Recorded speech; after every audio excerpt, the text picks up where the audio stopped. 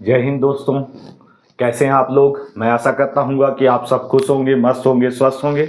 और आज हम क्लास 9th में परमाणु संरचना चैप्टर आपको हम बता रहे थे और उस चैप्टर में एक बहुत इंपॉर्टेंट टॉपिक लेकर आए हैं, रदरफोर्ड का परमाणु मॉडल। तो पहले सब आप जानिए, मैंने आपको रदरफोर्ड का अल्फा प्रकीर्णन प्रयोग बताया था और रदरफोर्ड के द्वारा वह सन 1911 ईस्वी में अल्फा प्रकीर्णन प्रयोग किया गया था और उस प्रयोग के आधार पर उन्होंने अपना एक मॉडल दिया जिसे रदरफोर्ड का परमाणु मॉडल कहा गया। और इसमें उन्होंने नाभिक के बारे में बताया जिसे रदरफोर्ड का नाभिकीय मॉडल कहा जाता है। तो चलिए आइए देखिए रदरफोर्ड का नाभिकीय मॉडल या परमाणु मॉडल क्या है। रदरफोर्ड का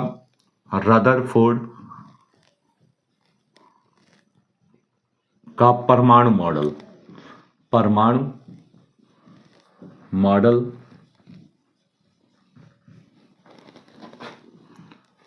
तो रदरफोर्ड का परमाणु मॉडल क्या है, इसके बारे में आप लिखेंगे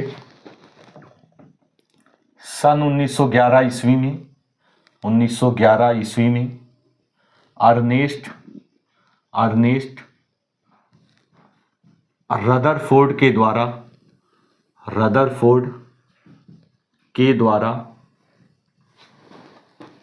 अल्फा प्रकीर्णन प्रयोग किया गया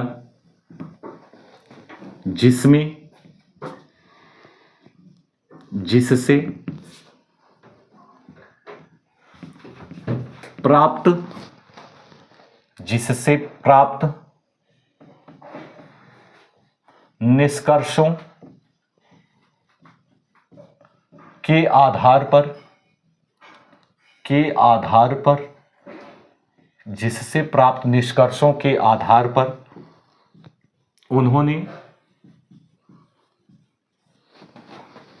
एक मॉडल दिया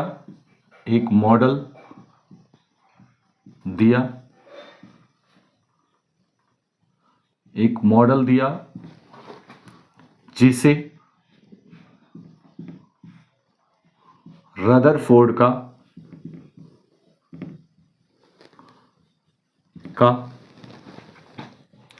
परमाणु मॉडल कहा गया।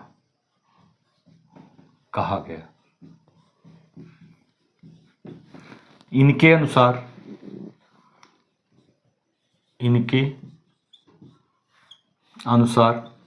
देखिए इन्होंने क्या क्या बातें बताई थी। इनके अनुसार देखिए रदरफोर्ड ने क्या बताया था। रदरफोर्ड ने फर्स्ट पॉइंट बताया उन्होंने। इनके अनुसार फर्स्ट पॉइंट,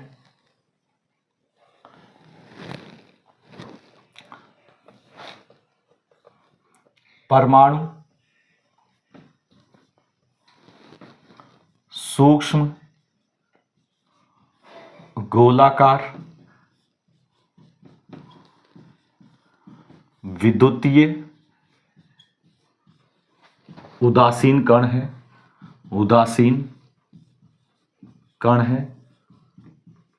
ऐसा उन्होंने बताया।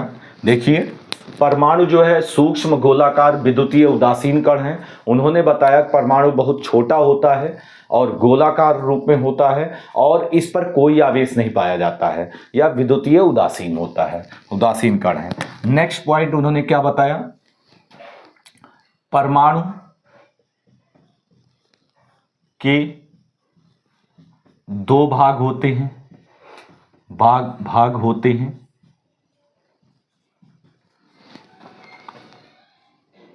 जिसमें एक सूक्ष्म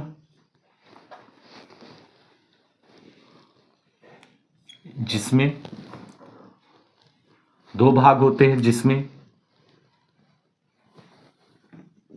केंद्र में सूक्ष्म आयतन में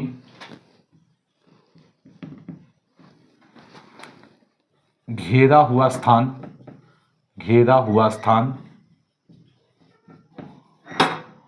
धनावेशित भाग होता है,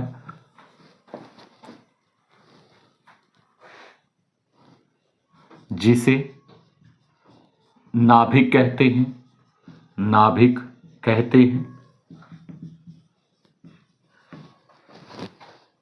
तथा दूसरा भाग नाभिक के बाहर का क्षेत्र होता है, के बाहर का क्षेत्र होता है। तो इस प्रकार से उन्होंने बताया कि नाभिक परमाणु के दो भाग होते हैं, जिसमें एक केंद्र में सूक्ष्म आयतन में घेरा हुआ स्थान धनावेशित भाग होता है जिसे नाभिक कहते हैं। ये उसका फर्स्ट भाग होता है। और दूसरा नाभिक के बाहर का क्षेत्र, तो नाभिक के बाहर का क्षेत्र होता है। ठीक है, तो ये दो भाग उन्होंने बताया, एक तो नाभिक परमाणु का एक भाग नाभिक होता है, दूसरा नाभिक के बाहर का क्षेत्र होता है। अब देखिए और उन्होंने क्या बताया, तीसरी बात, परमाणु का समस्त धनावेश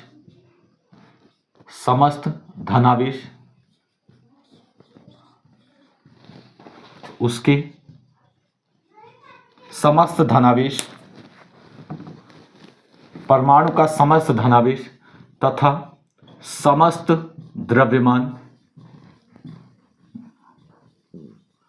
द्रव्यमान उसके नाभिक में स्थित होता है,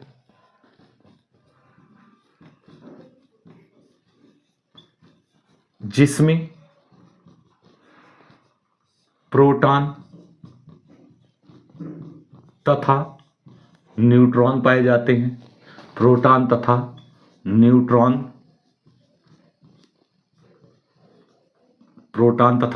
पाए जाते हैं।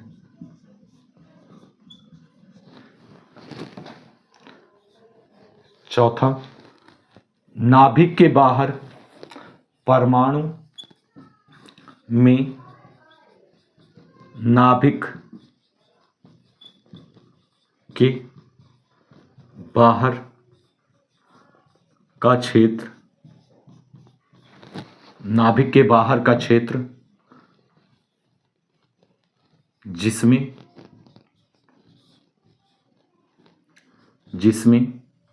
इलेक्ट्रॉन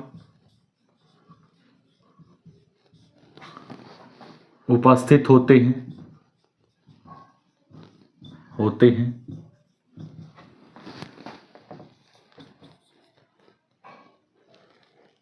जिसमें इलेक्ट्रॉन उपस्थित होते हैं, इलेक्ट्रॉनों पर ऋणावेश पाया जाता है,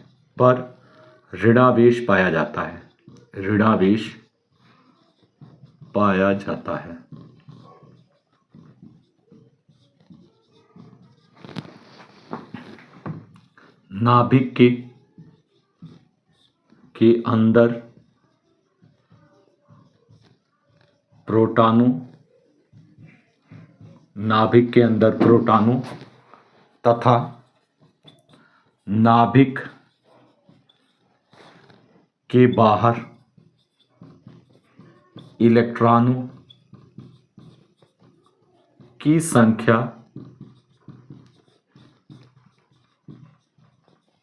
बराबर होती है। देखिए नाभिक के अंदर जितने प्रोटॉन होंगे, देखिए हम एक स्ट्रक्चर आपको ऐसे बना दें, तो नाभिक है, ये नाभिक है।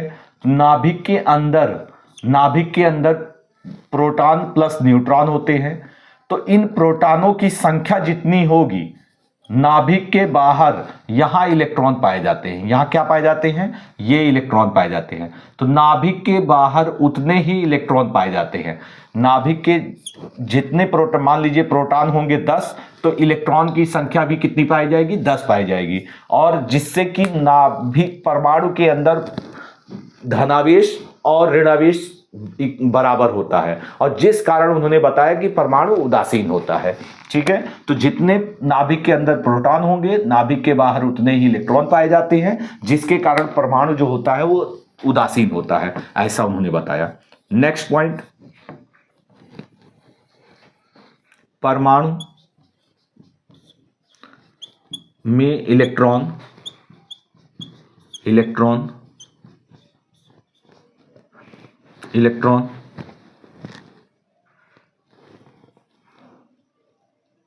नाभिक के चारों ओर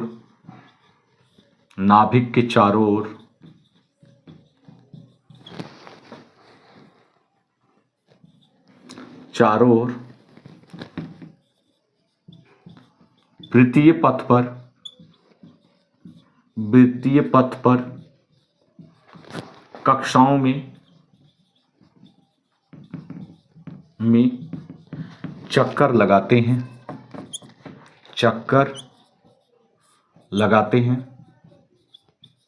ऐसा उन्होंने बताया। इलेक्ट्रॉन जो होते हैं परमाणु में, इलेक्ट्रॉन नाभिक के चारों ओर वृत्तीय पथ पर कक्षाओं में चक्कर लगाते हैं। अतः इन्होंने और क्या बताया, धनावेशित नाभिक के द्वारा, बहुत इंपॉर्टेंट बात है, इसको ध्यान रखिएगा। अतः धनावेशित नाभिक के द्वारा इलेक्ट्रॉन आकर्षित किया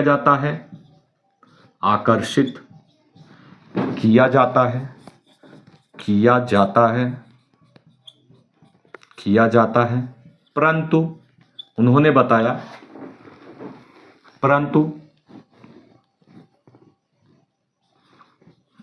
चक्कर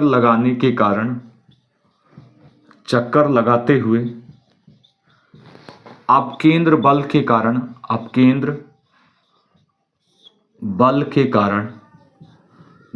कारण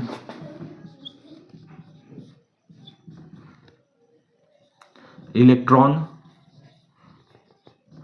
नाभिक की ओर आकर्षित नहीं होता। इलेक्ट्रॉन नाभिक की ओर आकर्षित नहीं होता। तो ये बात बताई उन्होंने। कहा परमाणु में इलेक्ट्रॉन नाभिक के चारों ओर वृत्तीय पथ पर कक्षाओं में चक्कर लगाते हैं, अतः धनावेशित नाभिक के द्वारा इलेक्ट्रॉन आकर्षित किया जाता है, परंतु चक्कर लगाते हुए अपकेंद्र बल के कारण इलेक्ट्रॉन नाभिक की ओर आकर्षित नहीं होता है। ठीक है, नहीं होते हैं। तो ये इस प्रकार से ये उन्होंने बात बताई। तो इस प्रकार से ये रदरफोर्ड का परमाणु मॉडल था, जिसमें उन्होंने बातें बताई। ठीक है, तो इस प्रकार से उन्होंने ये बातें बताई कि जो है इलेक्ट्रॉन जो होते हैं वो वृत्तीय पथ पर चक्कर लगाते हैं, और चक्कर लगाते हुए उनमें एक अपकेंद्र बल होता है, जिसके कारण इलेक्ट्रॉन जो होता है वो आकर्षित नहीं होता है। तो ये रदरफोर्ड का परमाणु मॉडल था। इसको आप स्क्रीनशॉट ले सकते हैं और बढ़िया से इसको नोट्स बना सकते हैं। ठीक है, इसके पश्चात हम रदरफोर्ड के परमाणु मॉडल की कुछ कमियां थी, उन कमियों के बारे में बता दें आपको। कभी कभी पूछता है रदरफोर्ड का परमाणु मॉडल बताइए और या नाभिकीय मॉडल बताइए। चूंकि इन्होंने नाभिक के बारे में बताया था, देखिए यहां सबसे पहले नाभिक के बारे में बताया कि परमाणु के दो भाग होते हैं, केंद्र में सूक्ष्म आयतन में घिरा हुआ स्थान धनावेशित भाग होता है, जिसे नाभिक कहते हैं। और उन्होंने बताया था कि यह बहुत ही सघन एवं दृढ़ होता है। चूंकि क्यों सघन एवं दृढ़ होता है, क्योंकि इसमें समस्त द्रव्यमान निहित रहता है, और क्या होता है कि जो समस्त भार जो होता है वो इसी में निहित होता है।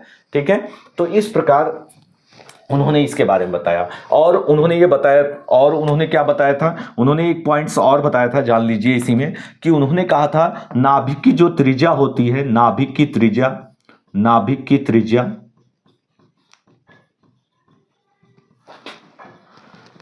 परमाणु की त्रिज्या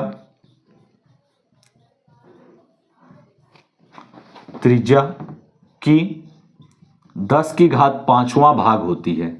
भाग होती है। इसका मतलब नाभिक की त्रिज्या परमाणु की भाग होती है। इसका मतलब नाभिक की जो त्रिज्या होती है वो जो होता है वो नाभिक की त्रिज्या परमाणु की त्रिज्या की की घात 5वां भाग होती है। तो बहुत सूक्ष्म त्रिज्या होती है, नाभिक की बहुत छोटा होता है। तो इस प्रकार से रदरफोर्ड का परमाणु मॉडल था। ये आप स्क्रीनशॉट ले सकते हैं, ये हमने आपको समझाया।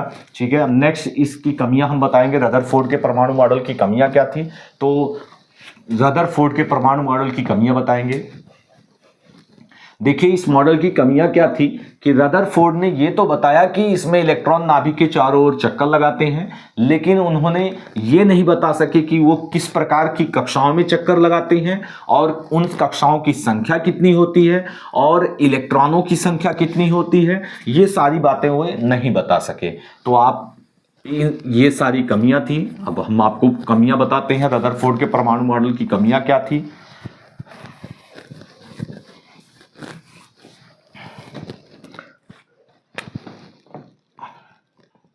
रदरफोर्ड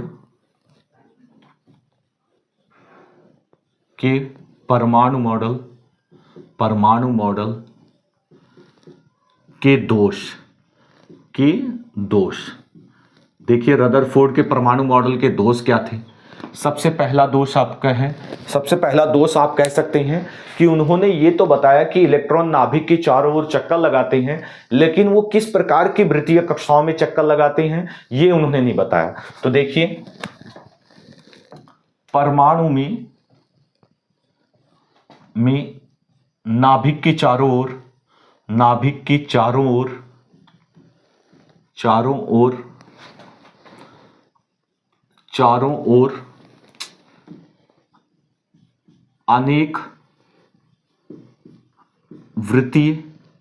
वृत्तीय कक्षाएं पाई जाती हैं। इलेक्ट्रॉन किन वृत्तीय कक्षाओं में चक्कर लगाते हैं। इलेक्ट्रॉन किन वृत्तीय कक्षाओं में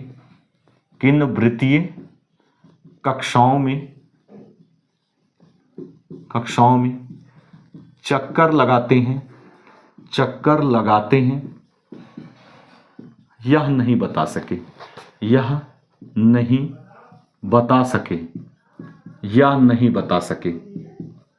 यह नहीं बता सके।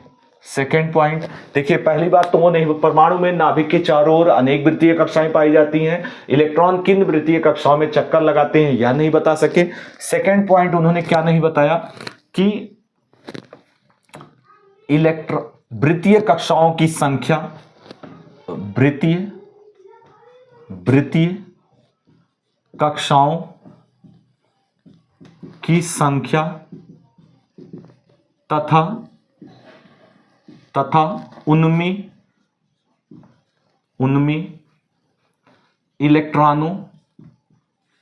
इलेक्ट्रॉनों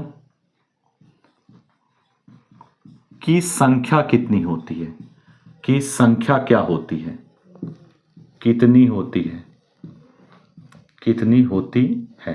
तो ये नहीं बता सके कि वृत्तीय कक्षाओं की संख्या तथा उनमें इलेक्ट्रॉनों की संख्या कितनी होती है, ये नहीं बता सके। और थर्ड इंपॉर्टेंट बात यह थी कि इलेक्ट्रॉन जो होता है वो नाभिक की ओर चक्कर लगाता है।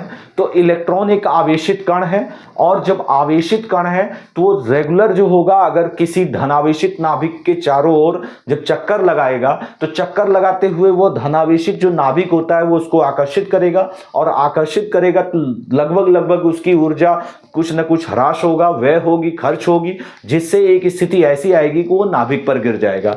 तो उसके बारे में नहीं बता सके। ठीक है, मैक्सवेल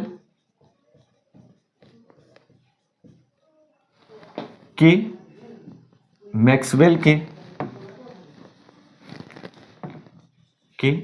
विद्युत गतिकीय सिद्धांत के अनुसार यदि कोई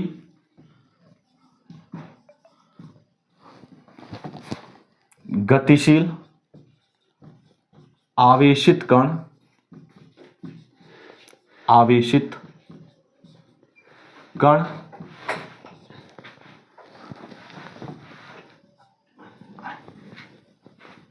आवेशित कण, गतिशील आवेशित कण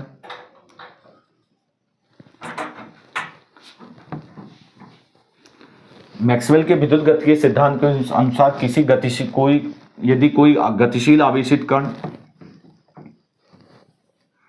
चक्कर लगाता है तो वह लगातार ऊर्जा का उत्सर्जन करता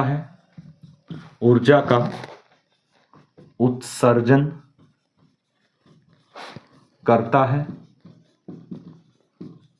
इस प्रकार धनावेशित नाभिक के चारों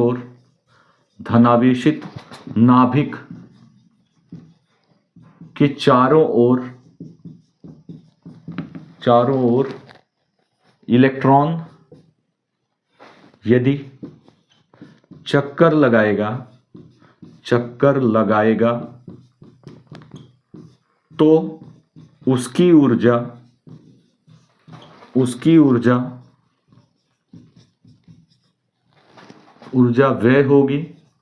व्यय होगी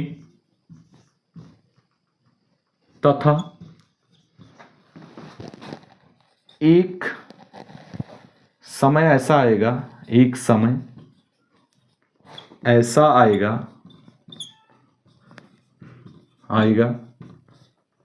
कि वह उस नाभिक पर गिर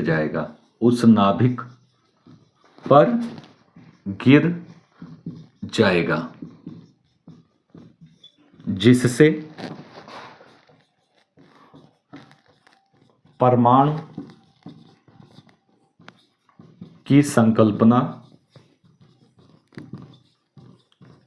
समाप्त हो जाएगी।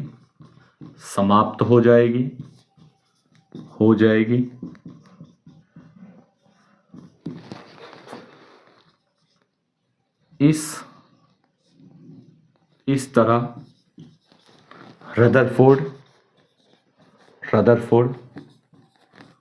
परमाणु के अस्तित्व की व्याख्या नहीं कर सके। परमाणु के अस्तित्व की व्याख्या नहीं कर सके। तो ये दोष था, ठीक है। तो इस प्रकार से ये दोष थे। परमाणु के नाभिक की ओर कितनी वृत्तीय कक्षाएं पाई जाती हैं, ठीक है, किस प्रकार की, वो नहीं बता सके। और उन वृत्तीय कक्षाओं में की संख्या कितनी होती है, इलेक्ट्रॉनों की संख्या कितनी होती है, ये उन्होंने नहीं बताया। और मैक्सवेल का विद्युत गतिकीय सिद्धांत ये कहता है कि कोई गतिशील आवेशित कण है, यदि वो चक्कर लगाएगा तो चक्कर लगाते हुए वो ऊर्जा का उत्सर्जन करेगा।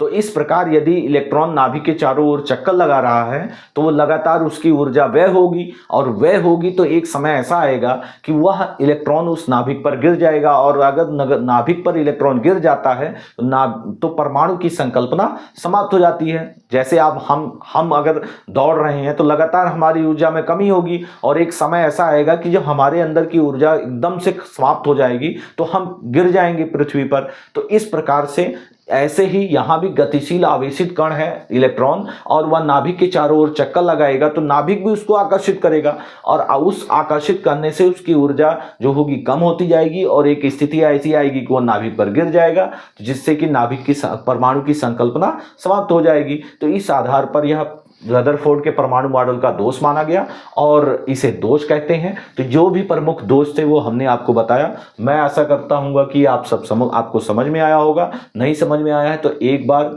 2 बार रिपीट करके वीडियो देखिए, निश्चित रूप से आपको ये समझ में आएगा।